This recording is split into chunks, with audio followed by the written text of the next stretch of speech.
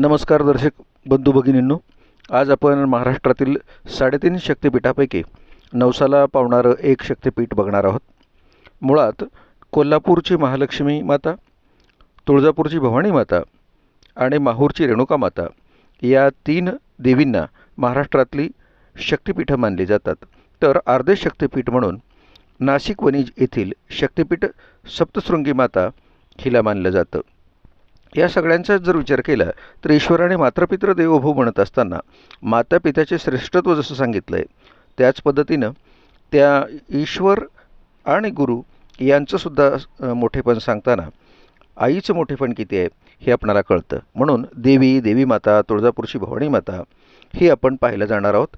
आणि त्यासाठी आपणाला मुंबईहून निघालं तर 440 किलोमीटर दूर जावं लागेल. जर लातूरवरून निघालो तर आपण 78 किलोमीटर दूर जावं लागेल. सोलापूरहून आपणाला 45 किलोमीटर दूर अंतरावर, तर उस्मानाबादहून फक्त 20 किलोमीटर अंतरावर तुळजापूर हे शहर आहे. हे शहर एक धार्मिक स्थळ आहे, एक पर्यटन केंद्र आहे आणि सातत्यानं वर्षभर या ठिकाणी गर्दी असते. असा कुठलाही एक विशिष्ट सीझन असतो असं नाही. उलट तर दिवाळी, दसरा, त्यासोबत खास करून नवरात्रामध्ये इथं खूप मोठी गर्दी असते. वर्षभर येणाऱ्या लोकांची जशी रेलचेल असते, त्याच पद्धतीनं या ठिकाणी संपूर्ण परंपरा आणि धार्मिक कार्यक्रम यासाठी येणाऱ्या अनेक भक्तांना रोजच्या रोज संख्येत वाढ होताना आपण पाहतो आहोत. ज्यावेळेला आपण स्टँडपासून चलत खाली गावात निघतो त्यावेळेला रस्त्याच्या दोन्ही बाजूला खूप मोठ्या दुकानाच्या लाईन आहेत आणि या सगळ्या लाईनमध्ये सगळ्यांना आवडतील अशा वेगवेगळ्या वस्तू ठेवलेल्या असतात आणि त्या विक्रीसाठी उपलब्ध आहेत. तर रस्त्याच्या मधोमधसुद्धा बऱ्याचदा तुम्हाला आवडतील अशा, लहान मुलांना आवडतील अशा वस्तू विक्रीसाठी मोठ्या स्वरूपामध्ये विक्रेते इथं ठेवतात. त्या वस्तू घेण्यासाठीचा मोह प्रत्येकाला होतो. बरेच जण पण हे बघत बघत आधी देवीचं दर्शन घ्यावं आणि मग त्यानंतर आपण हे करावं असं वाटतं. दुर्गेचं रूप म्हणून आणि भक्ताचे कल्याण करणारी देवी म्हणून आणि असुरांचा वध करून भक्ताला न्याय देणारी देवी म्हणून भवानीला खूप महत्त्व आहे. आता भवानी मातेच्या मंदिराच्या मुख्य प्रवेशद्वाराजवळ आल्यानंतर आपण परत एकदा वळून पाठीमागं पाहूया. या ठिकाणच्या दुकानांच्या रांगांची रेलचेल, पाठीमागून चलत येणारे भक्तगण, त्यासोबतच सुंदर असे रेखीव छोटी मोठी मंदिरं हे आपल्याला तिथून दिसतात. जेणेकरून सगळ्याच भक्तगणांना पायी चालत येत असतानासुद्धा खूप मोठं अंतर नसल्यामुळं छानपैकी मंदिरापर्यंत येताना आनंद मिळतो. आणि आपल्या आवडत्या वस्तू बघत बघत खरेदी करायचं नियोजन करीत आपण ज्यावेळेला मंदिराच्या जवळ येतो त्यावेळेला एक धर्मशाळा जी तुळजाभवानीची आहे, शिवाय तुळजाभवानी मंदिराचं कार्यालय आणि मुख्य प्रवेशद्वार याच्या समोर आता आपण आलेलो आहोत. तिथून जर आपण डाव्या बाजूला वळालोत तर त्या ठिकाणी आपल्याला दर्शन पास घेता येतं आणि दर्शन पास घेण्याच्या आधी आपणाला आपली चप्पल ठेवायचं स्टँड, आपलं साहित्य ठेवता येईल, जे काही बॅग आहे आपल्याकडचं, मोबाईल जमा करता येईल, त्याची योग्य पद्धतीने ते जमा करून त्याची पावती घेणं अपेक्षित आहे आणि अधिकृत ठिकाणीच ते आपण ठेवावं. त्यानंतर आपण जमिनीच्या खाली एक 5-10 पायऱ्या उतरून या कॉम्प्युटर सिस्टीमनं आपणाला एंट्री करायचे पास आपण घेऊ शकतो. असे पास घेत असताना आपल्याकडं आपलं प्रत्यक्षात आधार कार्ड असलं पाहिजे. इतर आपली ओळख दाखवणारी साहित्य अर्थात कागदपत्र आपल्या खिशात ठेवणं अपेक्षित आहे. दरवेळेला ते दाखवत नसलो तरी आपल्याला या ठिकाणी ते दाखवण्याची तयारी असली पाहिजे. मधून एकदा पास घेतलो की मग बाहेर येऊन आपण दर्शन रांगेत जाऊ शकतो. दुसरा मार्ग असा आहे की आपल्याला फक्त मुखदर्शन करायचं आहे, तर ते दर्शन रांगेत जाण्यापेक्षा आता समोर असलेल्या 2 मोठ्या प्रवेशद्वारापैकी डाव्या प्रवेशद्वारावरच्या काही आत उतरून पहिल्यांदा पोलीस तपासणी करतील. तिथून खाली काही पायऱ्या उतरून आपण खाली जायचं आहे आणि खाली जात असताना आपणाला डाव्या बाजूला कल्लोळ तीर्थ, उजव्या बाजूला गोमुख तीर्थ दिसेल. अजूनही तिथं पुढे गेलो तर चिंतामणी गणपती डाव्या बाजूला आहे आणि तिथल्या द्वारातून आत पायऱ्या चढून गेल्यानंतर समोरच्या बाजूला होमकुंड दिसेल. होमकुंडावरही अनेक महिला देवीच्या पूजेचं साहित्य ठेवताना आपणाला दिसतील. समोर असलेल्या झाडाच्या डाव्या बाजूनं आपण वळसा घालत ज्यावेळेला मंदिराच्या साईडनं निघतो त्यावेळेला मंदिराच्या बाजूनं आपण प्रदक्षिणा पथावून चाललेलो आहोत. अनेक मंडळी नवसा सायसानं इथं आलेली जी आहे ते आपल्याजवळच्या नवसाचं साहित्य बाहेर काढताना, कोणी दंडवत घेताना, कोणी आहेर उपचार करताना डाव्या बाजूच्या कमानीमध्ये आपल्याला दिसू शकते. त्या ठिकाणातून उजव्या बाजूला आपण जर बघितलं तर देवीचं मंदिर आहे आणि त्या मंदिराचा हा सुंदर असा मोठा कळस, पाठीमागचा मधला कळस आणि मध्ये देवीचं सुंदर रूप आहे. आपण ज्या वेळेला दर्शन रांगेच्या ओळीनं मध्ये जातो त्यावेळेलाच आपल्याला मंदिरामध्ये हे दर्शन घेता येतं. किंवा मग मंदिराच्या पलीकडे उत्तर बाजूला एक CCTV चालू आहे, त्या ठिकाणी सुद्धा आपण देवीला पाहू शकतो.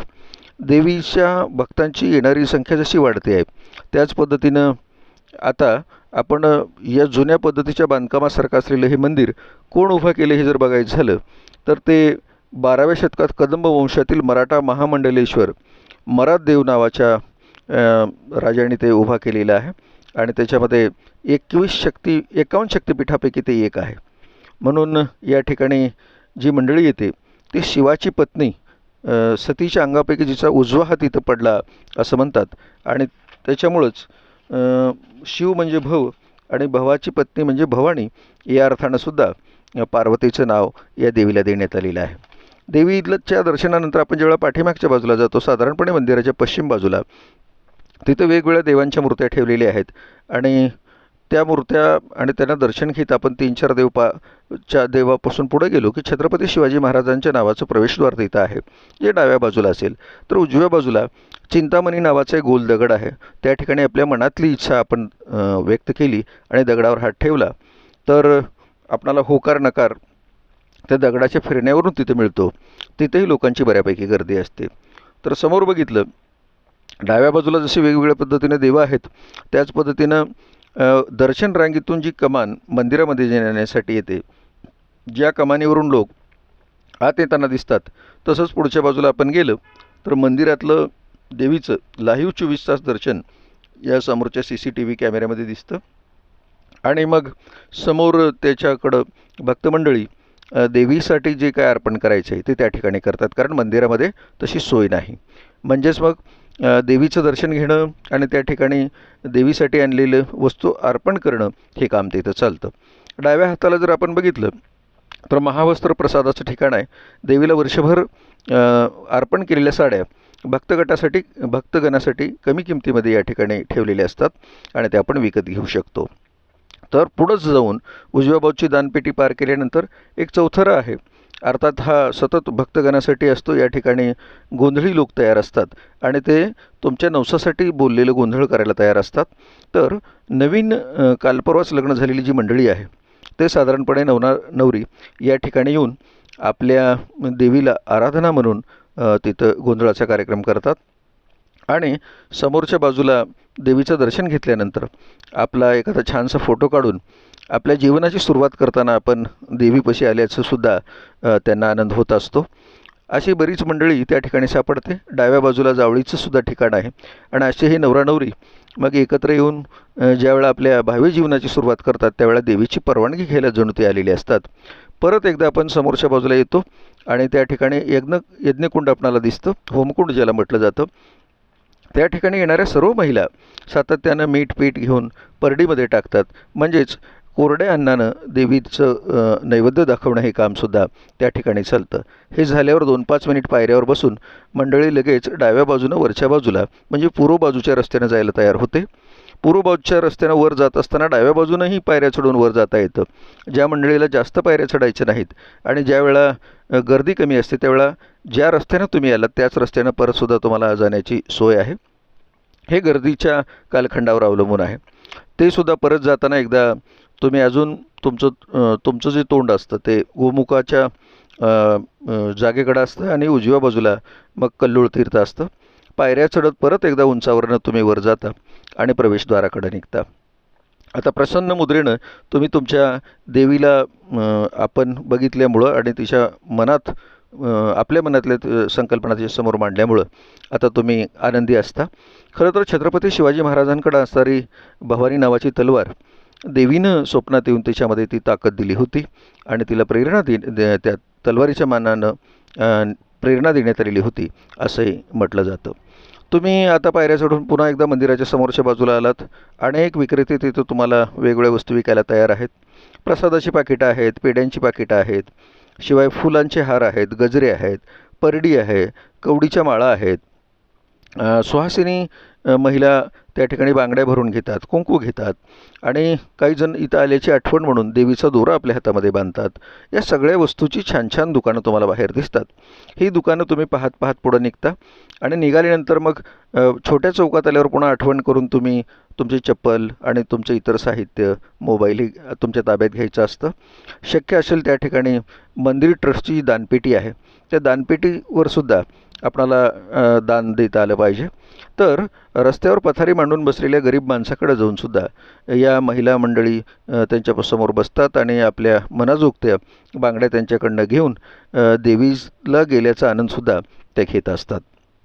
अशा पद्धतीनं ज्यावेळेला तुम्ही मंदिरातनं बाहेर आलेला आहेत, काही खरेदी केलेली आहे, साहित्य ताब्यात घेतलं आहे, आता तुम्ही परत निघतायत.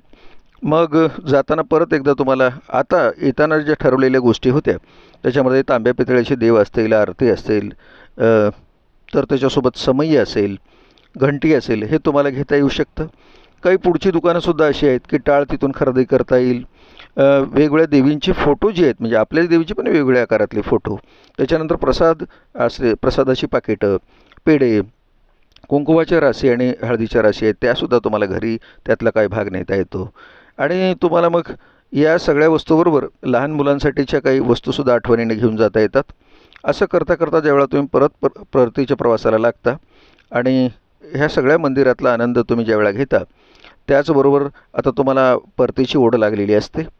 मग या तुळजापुरातल्या सर्व गोष्टींना पाहत पाहत तुम्ही तुमच्या निश्चित ठिकाणी परत जाणार आहेत. कधी काही मंडळी भक्त निवासामध्ये उतरते आणि त्या ठिकाणी मुक्काम करूनसुद्धा स्नान पूर्ण करून मग मंदिरात आलेली असते.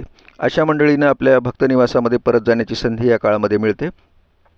तर तुम्ही परत जर अशा कुठल्याही गोष्टीशिवाय एस टीने आला असाल आणि परत निघणार असाल तर ती संधीसुद्धा मिळते आणि आपल्या जीवनातला खरा आनंद मिळतो. जरूर आपण देवीच्या दर्शनाला यावे आणि खऱ्या अर्थानं आपण आनंदित व्हावं